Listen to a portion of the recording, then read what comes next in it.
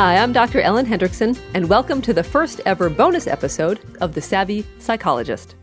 Last week, we covered 6 myths about domestic violence, and I got a strong but welcome reaction from several listeners who wrote in and asked me to add myth number 7, only women get abused. Now, before we bust the myth, and it is indeed a myth, I do feel compelled to say that last week's episode deliberately addressed myths about abusive men. To quote myself, the episode was, quote, specifically for women in relationships with the Ray Rices of the world. Here are 6 myths about abusive men. Like most of the nation, I was appalled by the events in the NFL, and I felt the need to speak out to women in similar situations. That said, there are many men out there who get physically, emotionally, and even sexually abused by female partners, including a male listener who wrote in and described his current struggle to get out of a physically abusive marriage and protect his children in the process. Men like our listener are not alone.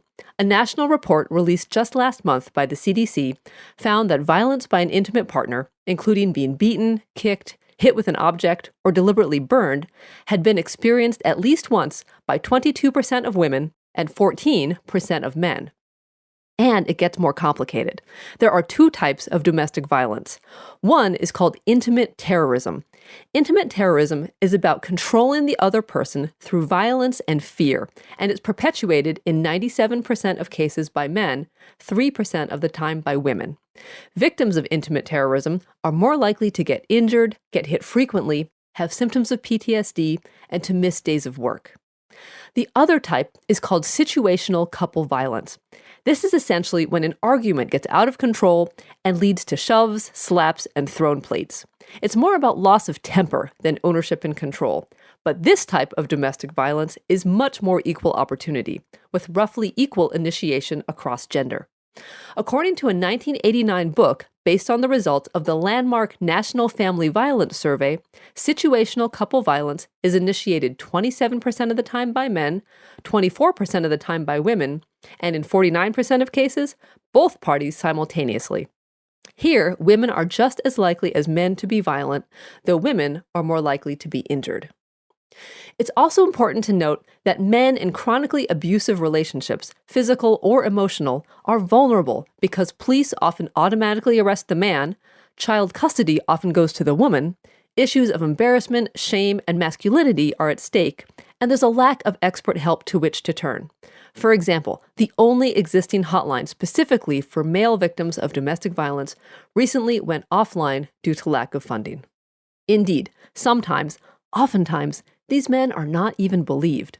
Male or female, nothing adds insult to the injury of abuse like having your story dismissed.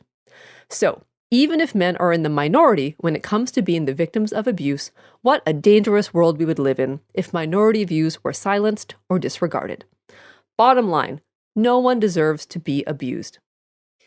Thanks to savvy listener Dave in Tokyo for sending me one of the study references, all of which you can find in the show notes at quickanddirtytips.com/savvy-psychologist.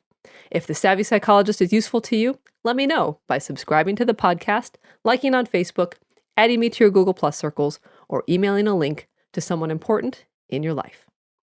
Thanks for listening. I'm Dr. Ellen Hendrickson.